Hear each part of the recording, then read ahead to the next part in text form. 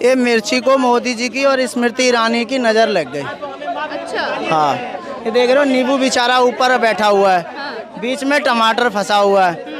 ये 150 के पार हो गया बेचारा।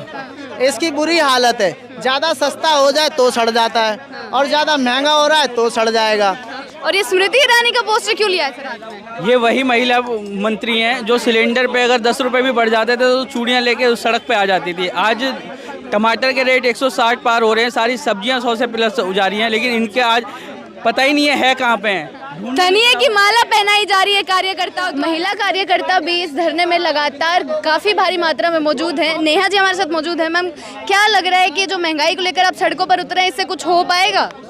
आधे से ज़्यादा आबादी मध्यम वर्ग की है और उसका बहुत फ़र्क पड़ता है कि जब सब्जियों के दाम आसमान छूते हैं। आज टमाटर का भाव इतना हो गया है कि टमाटर और एक अनार और महंगे जो फ्रूट्स होते हैं उसमें कोई अंतर बचा नहीं है। लोगों ने यहाँ आभूषण बना करके पहना हुआ है अपना विरोध दर्ज कराने के लिए, वो इसीलिए ताकि सरकार की आंखें खुलें और ये मीडिया और सोशल मीडिया के माध्यम से उनको पता चले कि किस तरह लोग परेशान हैं। एक आभूषण इतना मतलब उनका रेट बढ़ता जा रहा है टमाटर प्याज का कि लोग आभूषण की तरह पहन करके विरोध दर्ज कर रहे हैं। कोई फर्क नहीं बचाया चांदी के और टमाटर के दामों में। आप बोल रहे हैं कि सरकार की आंखें खुले। सरकार को तो पता होगा ना देश में क्या चल रहा है पूरे तरीके से। सरकार को कहाँ पता है? अगर सरकार को पता है तो इस देश के प्रधानमंत्री के पास विदेश जाने के लिए टाइम है, मेट्रो में बैठने के लिए टाइम है। 2 महीने से मणिपुर जल रहा है, 100 से ज़्यादा लोगों की हत्या हो गई है। जाना तो दूर की बात है, इस देश के प्रधानमंत्री ने लोगों से शांति की अपील के लिए एक ट्वीट तक नहीं किया है। ये आलम इस देश का हो गया है। तो विदेशों में आती है सरकार, विदेशों में जाएंगे तभी तो विदेश नीति सुधरेगी। वहाँ से इतनी सारी चीजें करते हैं, बोलते विकास भारत का होगा उस चीज से। अरे भैया, जिन लोगों के वोट से आप प्रधानमंत्री बने हो, जिन लोगों के लिए आप सत्ता में काबिज हो, कहते हैं कि मतलब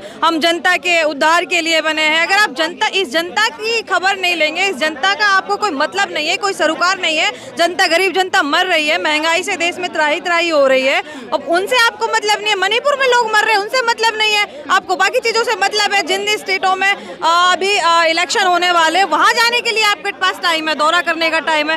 एटलीस्ट आप वहां नहीं पहुंच पाए, ट्वीट तो कर सकते थे, लोगों से शांति की अपील तो कर सकते थे। क्या आपसे ये एक्सपेक्टेशन भी नहीं की जा सकती? आप इस देश के प्रधानमंत्री हैं, इतने बड़े पद पर आप बैठे हैं, पूरा देश आपके हाथों में है, तो इतना तो जनता आपसे उम्मीद करती है ना। लेकिन नहीं, क्योंकि ये वहाँ अपील नहीं करेंगे, ना ये जाएंगे, क्योंकि लोग इनसे सवाल करेंगे, क्योंकि सरकार इनकी है, सत्ता में बैठे ये है, तो इस सवालों से भागते हैं। इसीलिए मणिपुर के विषय पे इन्होंने एक ट्वीट तक करके शांति तक की अपील नहीं की है। मैम, दिख जाता है कहीं ना कहीं, लगता है कि शायद जनता को महंगाई उतनी नहीं दिख रही है, इसीलिए शायद पसंद किया जा रहा है बीजेपी। नहीं, जनता को महंगाई दिख रही है। इसका परिणाम आप कर्नाटक में देख चुके हैं, अभी आप मध्य प्रदेश में इसका देखेंगे और तेलंगाना में देखेंगे। स्मृति ईरानी जी केवल गांधी परिवार पर हमला करने के लिए ही बोल सकती है। उनका मुंह केवल तभी खुलता है जब सोनिया गांधी जी के बारे में, प्रियंका गांधी जी के बारे में, राहुल जी के बारे में कुछ बोलना होता है, उनकी इमेज खराब करनी होती है। वरना साल के 365 दिन स्मृति ईरानी जी के मुंह पर टेप लगा हुआ होता है। फिर चाहे वो महिला बेटियों के मान सम्मान की बात हो, यौन उत्पीड़न की बात हो, या कोई और, अब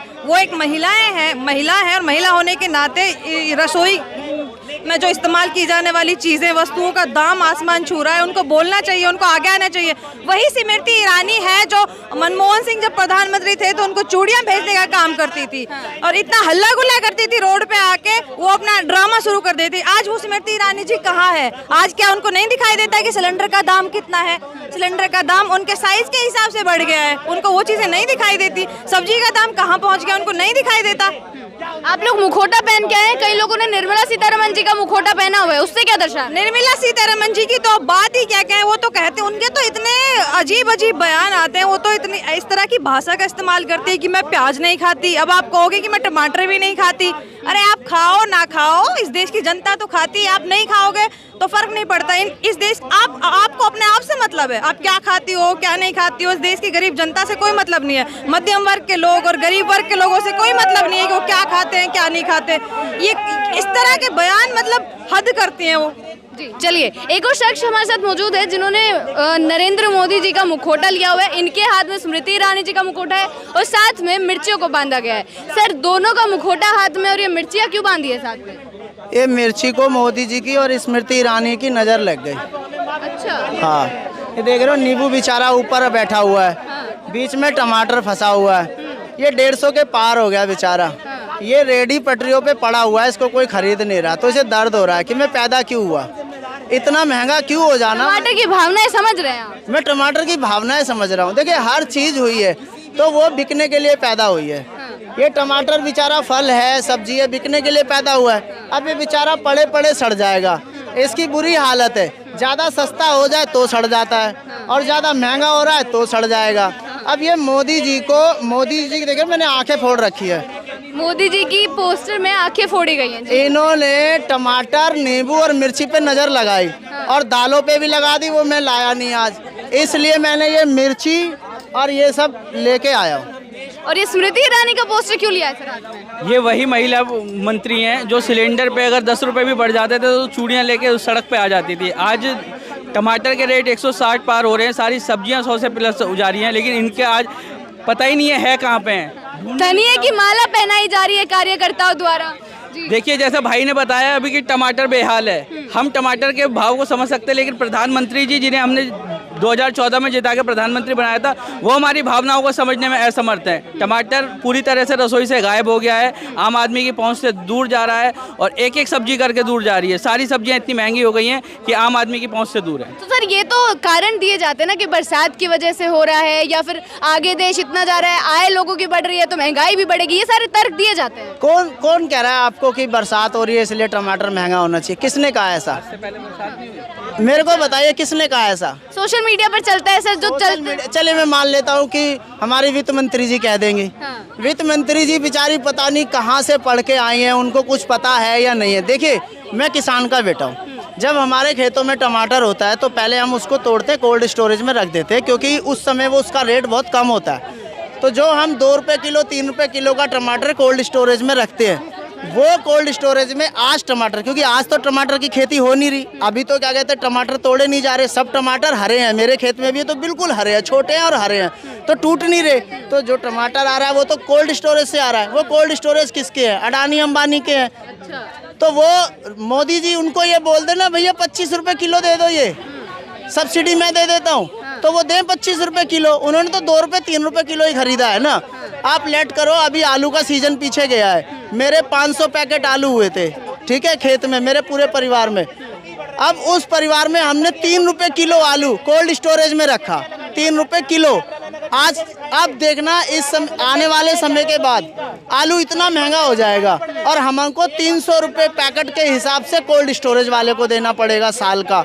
तो हमारा आलू तो सस्ता ही रहा, लेकिन कोल्ड स्टोरेज में फिर वो जाके महंगा हो गया। लेकिन क्या आपको लग रहा है कि अब जनता को ये सारी चीजें समझ में आ रही है, ये सारे मुद्दे जनता के लिए मुद्दे बन पा रहे हैं? देखिए क्या होता है, जनता को एक विजन दे रखा है मोदी जी ने कि हिंदू मुसलमान का जो राजनीति है वो उनको प्रभावित कर रही है। अच्छा। जिसकी वजह से कुछ लोगों को आपने कहते सुना होगा कि पेट्रोल 500 रुपये लीटर भी हो जाए तो हम 500 रुपये लीटर खरीदेंगे।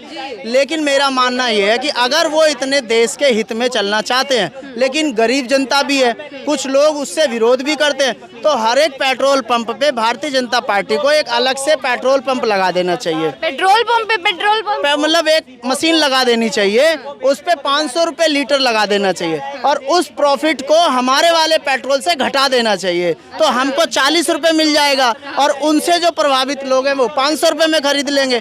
ऐसे ही हर एक मार्केट में रिलायंस को बोल दें, वो अंबानी को, कि वो अपना एक स्टोर खोलें और वहाँ पे 2 काउंटर लगा दे, एक विपक्षी का काउंटर और एक सत्ताधारी पार्टी के सपोर्टर का काउंटर। वो 150 रुपये किलो टमाटर के जगह 300 रुपये में खरीद लेंगे, क्योंकि उनको कोई दिक्कत नहीं है। तो उसी पैसे को हमारे लिए 20 रुपये में कर दिया जाए। यहाँ पर तो टमाटर 150 से ऊपर गया है, 400 रुपए की मिर्ची मिल रही है। पाकिस्तान का आप हाल देखिए, मीडिया में दिखाया जा रहा है कि इतनी महंगी चीजें हो गई हैं। देखिए मैं हिंदुस्तान में रहता हूँ, मैं हिंदुस्तान की बात कर सकता हूँ। पाकिस्तान में क्या चल रहा है मैं नहीं कह सकता। पाकिस्तान की तरह चलेंगे हम? पाकिस्तान में तो हमारी गौ माता को मारा जाता है, तो क्या हम पाकिस्तान की तरह चलने लगे? हम पाकिस्तान के यहाँ पे भी हालत पाकिस्तान जैसे ही हो जाएंगे अगर पाकिस्तान वाली अर्थव्यवस्था को यहाँ पे लागू करोगे तो। तो पाकिस्तान वाली कहाँ अर्थव्यवस्था लागू हो रही है? भारत तो इतना आगे बढ़ रहा है। मैडम कहाँ आगे बढ़ रहा है? आप देखिए ना, लोगों को खाने के लिए कुछ नहीं मिल रहा। निर्मला सीतारमण जी हमारी जो मंत्री हैं वो यूँ कह देती है कि मैं तो खाती नहीं। वो खाएं ना खाएं इससे कोई फर्क नहीं पड़ता। आम जनता, आम जनमानस खा पा रहा है या नहीं खा पा रहा, फर्क इससे पड़ता है। कोई ये सरकार टेलीविजन सरकार है, इस सरकार के पास अपना कोई विजन नहीं है। सिर्फ इवेंट मैनेजमेंट का काम बढ़िया करते हैं हमारे मोदी जी। उनको ना कोई पॉलिसी बनाने में इंटरेस्ट है, ना उनके पास पॉलिसी मेकर है। अगर वो चाहें तो हमारे जो पूर्व प्रधानमंत्री मनमोहन जी हैं, बहुत बड़े अर्थशास्त्री हैं, उनसे उनकी मीटिंग फिक्स कराने के लिए हम कांग्रेस कार्यकर्ता अपना भरकस प्रयास करेंगे, ताकि बैठ के महंगाई को नियंत्रण करने के लिए एक अच्छी पॉलिसी बनाई जाए।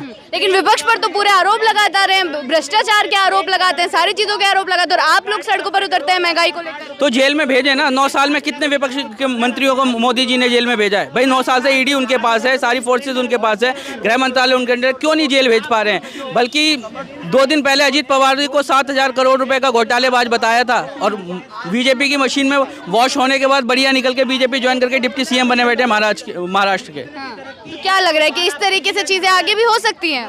बिल्कुल। अगर ये देखिए ना कि कितने राज्य हैं जहां बीजेपी को जनता ने पूर्ण बहुमत से जिताया है। गोवा में इन्होंने तोड़ के सरकार बनाई, राजस्थान में करने की कोशिश करी, नहीं कर पाए, महाराष्ट्र में इन्होंने ऐसे ही करा, कर्नाटक में एक बार कर चुके हैं। तो जनता इनको हर तरह से नकारने का काम कर रही है, चाहे वो हरियाणा हो, चाहे वो गोवा हो, चाहे कर्नाटक हो, हर जगह से बस। लेकिन जोड़ तरोड़ की मरोड़ की जो राजनीति करने में मोदी जी और अमित शाह जी वो है ना, महारत हासिल है उन्हें उस। तो सर अगर 2024 में भी ऐसी राजनीति हुई और जीत गए तो फिर क्या आलम होने वाला है?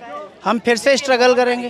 स्ट्रगल करेंगे, अभी भी स्ट्रगल जारी है। स्ट्रगल देखिए, देश के लिए लड़ना, गरीब जनता के लिए लड़ना हम कभी नहीं छोड़ेंगे। हमारे राहुल जी का संदेश है, हम हार मारने वाले नहीं है। देखिए, हमारी हार जब होगी जब हम हार मान लेंगे। हम जनता के जो वोट करते हैं उसका सम्मान करते हैं। 24 में वो जिसको भी जिता के लाएंगे उसका सम्मान करेंगे।